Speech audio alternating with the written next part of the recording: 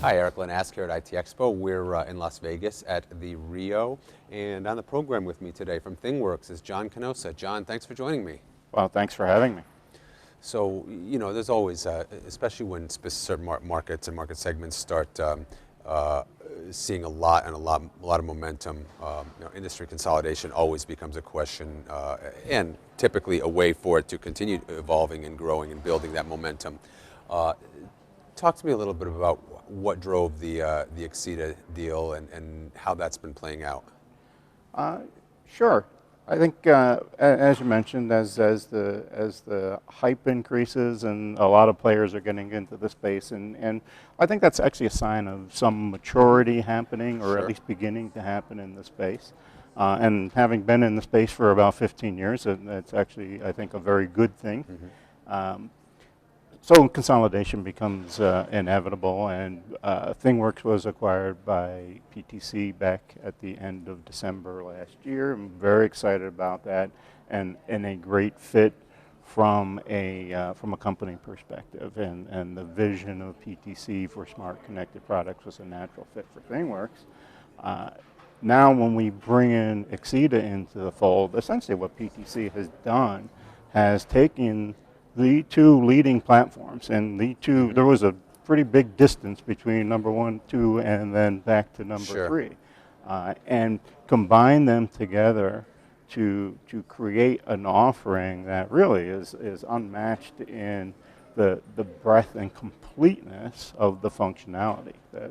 The two companies are actually very, very complementary from a technology perspective. So really, we each kind of coming together fill some gaps that in the product portfolios to really have the only complete solution out there.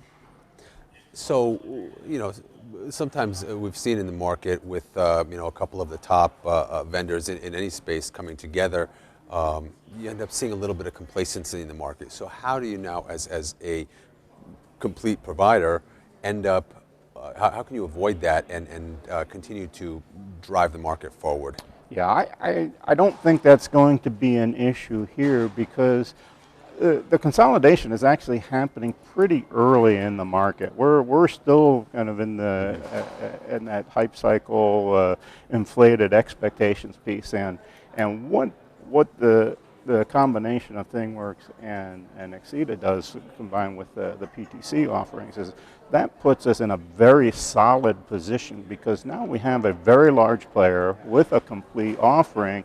And honestly, when you're towards the top of that hype cycle, you see what I call, we're at the hype cycle, top of the mountain, and we see a lot of people kind of helicoptering in to jump in and chase the shiny objects. A lot of small companies, going, they see a shiny object and they chase it and try and get into that space, right? And that's a challenge for customers, people looking at vendors and looking for solutions, because it becomes very confusing. There's a new device cloud. Seems like one pops up every other week. And what I like to say is, if you're familiar with the Gartner hype cycle, we're at that peak of inflated expectations. The next stage is that trough of disillusionment, and the trough of disillusionment is littered with the carcasses of companies that bet on the wrong horse coming down that mountain. Mm-hmm. And I think from a pure offering and financial strength standpoint, PTC plus Thingworx plus Exida is a very, very powerful combination that will keep our customers out of that trough of disillusionment. So, as a dominant player, kind of looking down at the market, are there particular areas, particular market segments where you'll be looking to drive more, growth as opposed to others in terms of development and M2M applications? We're still very much a horizontal play, and we're really not seeing kind of one vertical segment pop up more than any other.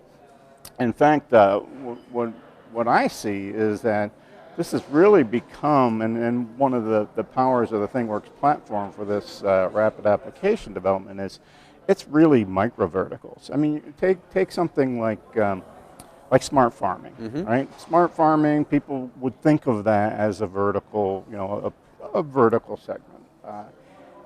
We have many customers in that area, but just to give you an example, we have a customer that actually is kind of working with crop farmers, monitoring the soil moisture content, bringing satellite imagery, on-farm systems, their name is. So traditional farming. We have customers that are in a customer called Vital Herd doing cattle farming. So tracking, monitoring cattle. And then we actually have customers that are creating a software as a service that they are offering to chicken farmers. And so just in that kind of one concept of smart farming, there's 3 very, very different applications that needed to be built, and actually a little bit more than 3, because there's applications for different users in those different micro verticals. So beyond M2M, the other 2 terms that I keep hearing, Internet of Things, Internet of Everything, and just the idea that effectively everything's going to eventually be connected, that really leaves the door open for a platform like Thingworx and Exida have now brought together for development in literally any market. Is there any conceivable space that won't be able to benefit from what you've done?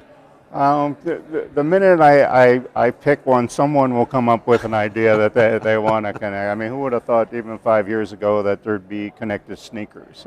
So it really, I mean, between Moore's Law and the availability of communications, it's really just open to people's imagination. What can they come up with? Well, and that part of it, I think, also is that with just the advances being made in sensor technology, the types of data that we're able to collect now are just continue to grow and grow. So, there are a lot of smart people out there figuring out, okay, now we've got access to this data. Here's what we can do with it. We can build these cool applications. Right. And what we see, and certainly our belief, is that it's not just about the data. This is going to be essentially taking that. People forget that the data is collected by microprocessors, intelligent systems. So this really is a distributed intelligence model, distributed computation and data. And so being able to kind of harness the power of all that intelligence in these billions and billions of things that are out there, and that's the real power that's going to evolve. It's not necessarily just a bunch of sensors pushing data to some big data analytics in the cloud. And that, I think, is going to be the real sea change that we see for companies that really understand how to take advantage of it. Excellent. Well, we certainly look forward to seeing more and more of those applications and seeing how businesses do decide to leverage what you've done. Yeah. John, thanks for being on the program today. Absolutely. Thanks a lot.